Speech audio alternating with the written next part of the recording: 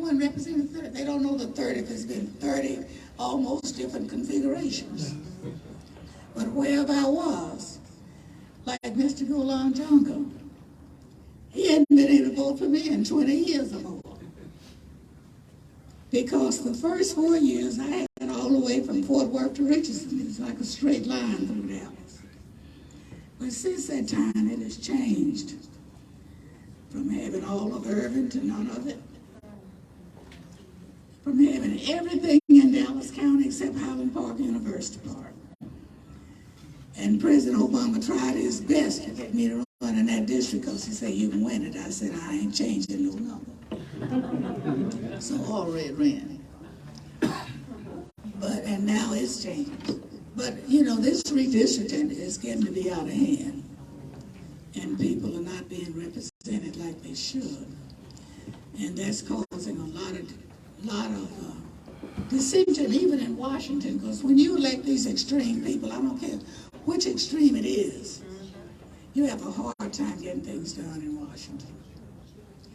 And so let me just express my appreciation for your support, for your tolerance, for giving me the job of my lifetime.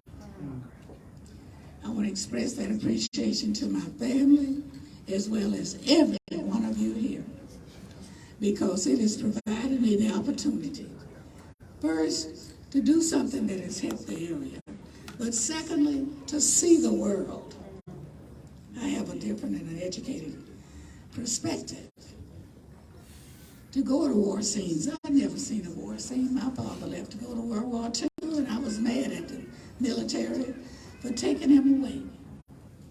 But when you go to Bosnia and you go to these places where war is going on, Iraq and all that, you get a different perspective as to what America really is.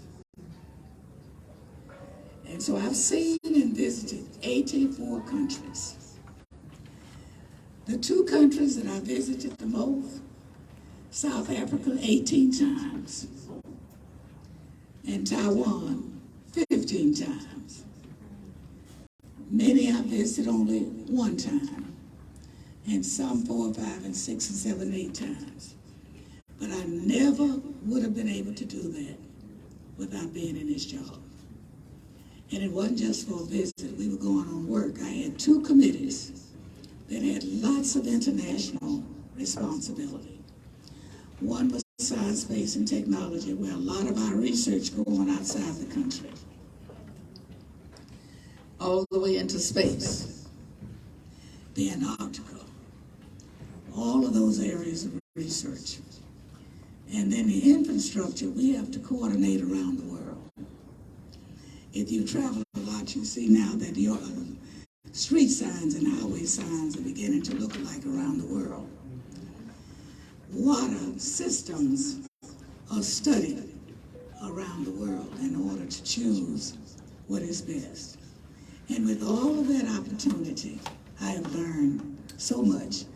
But one thing I've learned more than anything else, this is the greatest country in the world. Amen. If you think you're not where it's not the greatest, democracy is a moving target. It's what people think. We got the greatest democracy in the world. Now, you're not going to agree with everything that's happening. But you as an individual have as much as any other individual to make it better. And it's your responsibility. We're the most diverse country in the world, which is a positive. Because we know how to accept people from all backgrounds. And that has made us a better nation. And let me tell you, we would not be blue in Dallas County if we didn't have the immigrants that we have now. I can tell you that the Taiwanese, the Japanese, the Koreans, even Chinese, the Pakistanians, the Indians have brought so much talent to this area, and has brought so much togetherness that we benefit from. Can you just imagine that we're now one of the major technology centers of the world? And we're still begging our people to get the talent in the area. We have brought talent from India, Pakistan, China, Japan. And it's time for us to produce our own. That's why you hear me talking about STEM education all the time. We have looked and we have worshiped degrees, and they're fine. But the talent needed now does not require a college degree. It requires a brain. And now, Texas Instruments, one of my favorite companies of the world, made this area. Dallas wouldn't be what it is today if it hadn't been for Dr. John Kildee, who developed that chip. Mm-hmm. And now everything, you ain't got a chip in it. Right. We just broke ground last week for a major chip manufacturing company in Sherman, who is going to be run by a woman from Taiwan. Tell these girls that today is their day in technology. So, and tell the young people, unless you're going to graduate school, don't just get a degree in political science or sociology, because you won't have no job, you'll only have a student loan.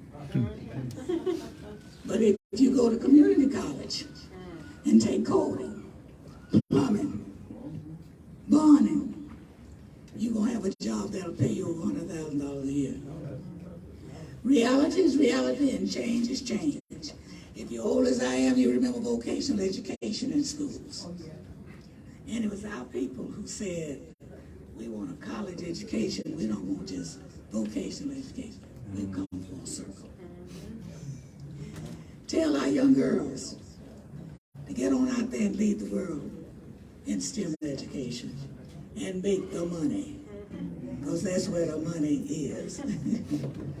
So thanks to all of you for being here. Thank you for your support over the years.